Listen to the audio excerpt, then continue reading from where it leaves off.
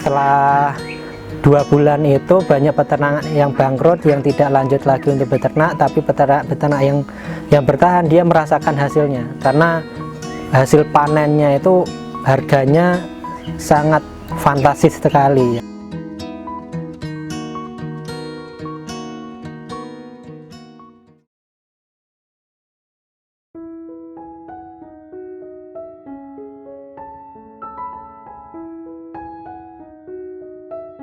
Assalamualaikum warahmatullahi wabarakatuh.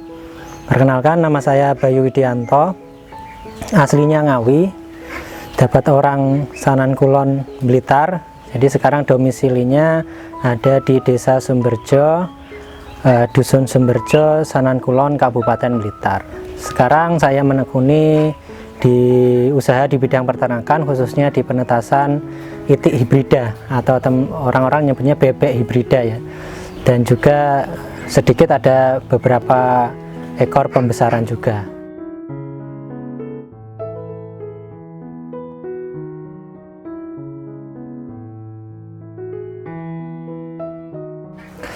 Jadi kalau awal usaha itu sekitar Oktober tahun 2016. Jadi kalau sekarang berarti sekitar 4 tahun lebih lah.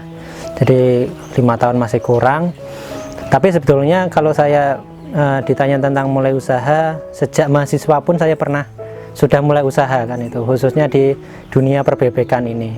Sekitar tahun 2013 atau 14, saya agak lupa, itu saya dan juga teman-teman kuliah pada saat itu. Kebetulan saya juga kuliahnya di bidang peternakan juga, di Fakultas Peternakan Universitas Brawijaya, sehingga dari pas kuliah itu pun saya juga sudah mulai usaha perbebekan. Itu lokasinya di Batu kalau dulu ya, di kota Batu.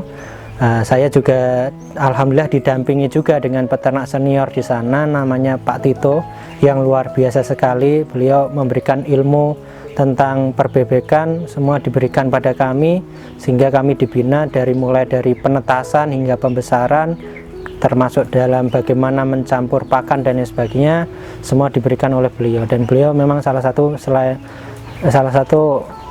guru kami yang terbaik, salah satunya di bidang peternakan itu. Kemudian setelah lulus, alhamdulillah ada program juga dari Kementerian Pertanian. Nama programnya itu adalah Program Penumbuhan Wirausahawan Muda Pertanian. Dan saya di sana mencoba untuk mengirimkan proposal, dan alhamdulillah proposal saya didanai. Kita lolos seleksi, dapat dana hibah. Dana hibah itulah yang saya gunakan untuk memulai usaha penetasan bebek ini. Jadi awal Oktober 2016 itu kita mulai usaha dengan modal dana hibah dari Kementerian Pertanian tersebut, dan berlangsung hingga saat ini.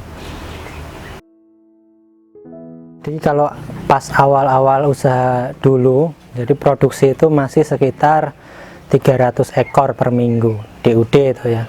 Nah, tapi yang namanya penetasan juga kadang netes, kadang enggak, tapi rata-rata sekitar 300 ekor per minggu itu sudah normal kalau normal ya.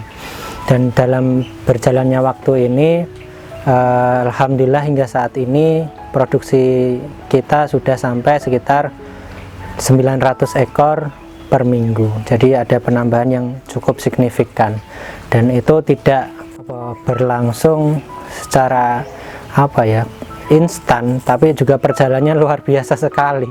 Jadi pas awal usaha itu 1 tahun pertama, saya ingat itu kita belum merasakan yang namanya keuntungan. Jadi awal itu kita masih nyari pasarnya di mana ya. Ketika netes itu bingung.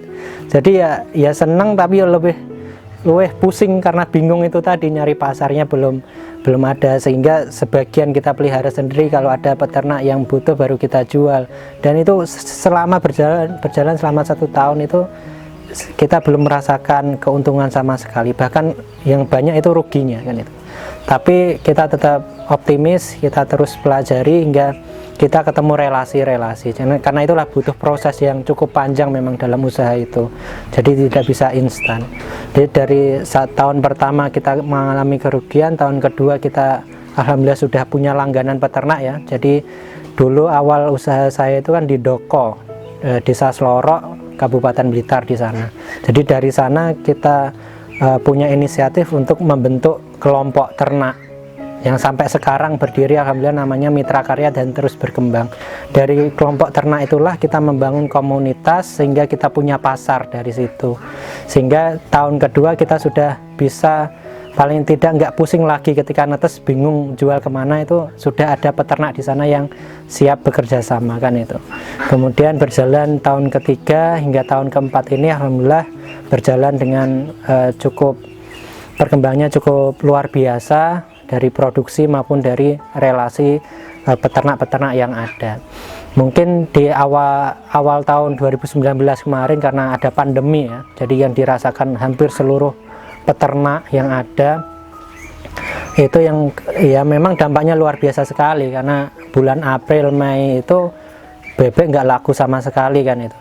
Jadi DOD itu saya obral 3.000 pun nggak laku saat itu, tapi hanya orang-orang yang bertahanlah, peternak-peternak yang bertahanlah yang bisa merasakan hikmahnya. Jadi setelah 2 bulan itu banyak peternak yang bangkrut, yang tidak lanjut lagi untuk beternak, tapi peternak yang bertahan dia merasakan hasilnya, karena hasil panennya itu harganya sangat fantastis sekali ya. Biasanya itu kalau puncak itu sekitar 23.000, 24.000, sekarang pada saat pandemi yang lalu itu bisa sampai 27.000 per kilo. Dan itu yang menikmati yang bertahan. Makanya itulah hikmahnya ketika kita tetap bertahan, tidak putus asa dalam menjalani usaha ini. Dan hingga saat ini alhamdulillah kita masih tetap bisa bertahan. Jadi kalau ditanya kenapa kok milih bebek ya, jadi kalau sebetulnya kalau untuk usaha itu saya terutama secara pribadi itu memang sudah punya angan-angan atau pengen banget berwirausaha itu sejak masa kuliah itu.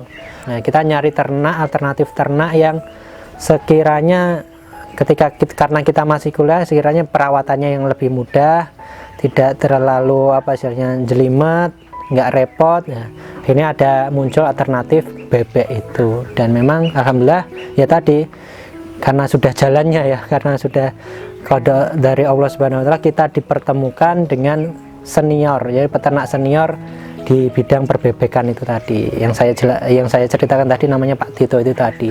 Sehingga dari beliaulah kita belajar tentang bebek, sehingga kita semakin tertarik untuk budidaya bebek, karena ternyata bebek itu kan tidak sama dengan ternak unggas lainnya. Karena bebek itu bisa istilahnya apa?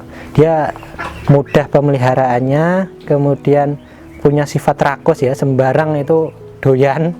Jadi saat di Batu dulu, karena di sana terkenal dengan kota wisata, banyak sekali limbah-limbah rumah makan yang itu terbuang dengan sia-sia, sehingga kita manfaatkan untuk jadi pakan bebek.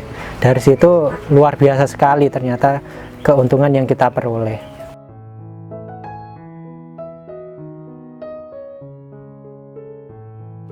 Untuk pemasaran saat ini alhamdulillah kita sudah punya relasi, yaitu supplier dan juga peternak yang sudah rutin berlangganan. Jadi kalau untuk supplier kita sudah ada 3 supplier yang sudah bekerja sama dengan kita cukup lama, dan juga kita punya kelompok ternak itu tadi, Mitra Karya, yang rutin juga untuk langganan DOD. Jadi untuk rata-rata masih sekitar Blitar, jadi masih didistribusikan di peternak-peternak Blitar, dan juga ada 1 supplier itu yang sampai ke Malang dan juga Nganjuk hingga Madiun. Ya, tapi selebihnya masih sekitar daerah Blitar, dan itu pun masih jumlah DOD-nya masih kurang kan itu, sehingga masih butuh tambahan produksi lagi sebetulnya.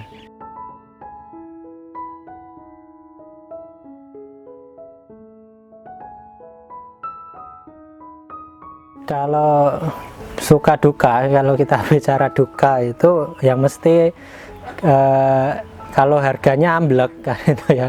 Kalau harganya amblek, nggak laku lah, itu mesti duka kan itu.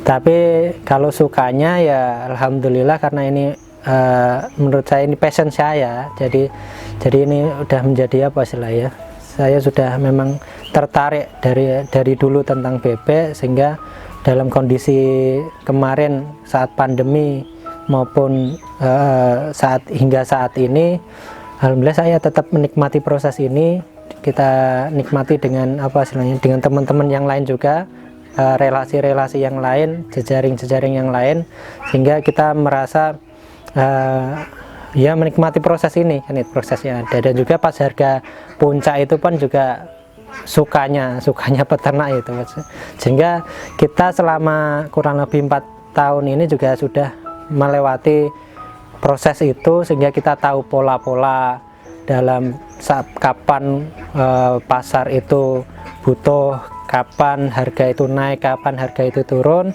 kita sudah tahu, sehingga kita bisa mengantisipasi ketika nanti ada harga turun. Kecuali dalam kondisi luar biasa seperti pandemi kemarin, ya itu di luar prediksi kita.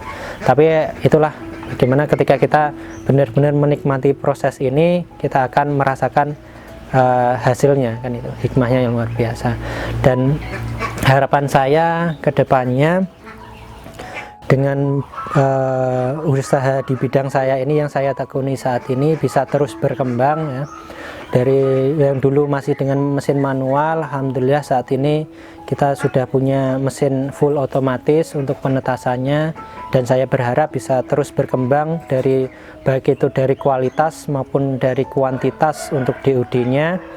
Dan saya punya cita-cita besar sebetulnya nanti bisa bentuk P4S juga, kan itu di bidang khusus spesialis di bidang perbebekan. Jadi harapannya nanti dalam satu komunitas itu nanti mulai dari breeding, mulai dari penetasan, kemudian pembesaran, hasil olahan, kemudian teknologi dan lain sebagainya kita kemas dalam bentuk P4S. Semoga nanti bisa terwujud. Amin.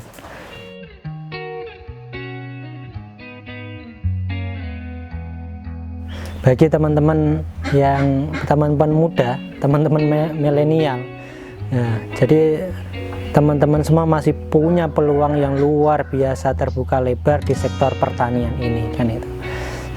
Teman-teman masih punya jiwa kreatif, inovatif yang itu bisa dikembangkan dan juga dimaksimalkan di bidang pertanian ini. Karena kita tahu dari survei yang ada itu 84% petani di Indonesia itu sudah berusia lanjut, jadi hampir nanti tidak ada generasi yang meneruskan kembali, kan itu. Jadi itu menjadi potensi bagi teman-teman milenial untuk bergerak untuk memajukan pertanian di Indonesia, karena memang potensinya masih terbuka lebar. Kita bayangkan saat pandemi ini saja, ya. Jadi di sektor-sektor yang lain, sektor pariwisata, sektor-sektor yang lain itu hampir sekarat, kan itu karena pandemi ini. Namun coba kita lihat di sektor pertanian ini masih tetap bisa bertahan, masih bisa tetap eksis, kan itu. Karena mengapa? Karena memang kebutuhan pokok dari manusia. Maka di sektor pertanian inilah teman-teman bisa mengembangkan potensi yang ada. Meskipun saat ini ya image-nya pertanian itu mungkin ya panas, kemudian kotor, bau, berkeringat dan lain sebagainya. Tapi yakinlah dengan potensi yang teman-teman punya semua itu bisa dikemas sedemikian rupa sehingga menjadi peluang usaha yang sangat luar biasa di bidang pertanian ini. Karena saat ini kebutuhan pasar itu masih sangat terbuka, masih butuh inovasi, kreativitas dari teman-teman semua. Jadi ayo bersama-sama bangkitkan pertanian Indonesia sehingga kedepannya pertanian di Indonesia ini menjadi salah satu faktor menjadi kebangkitan dari bangsa ini.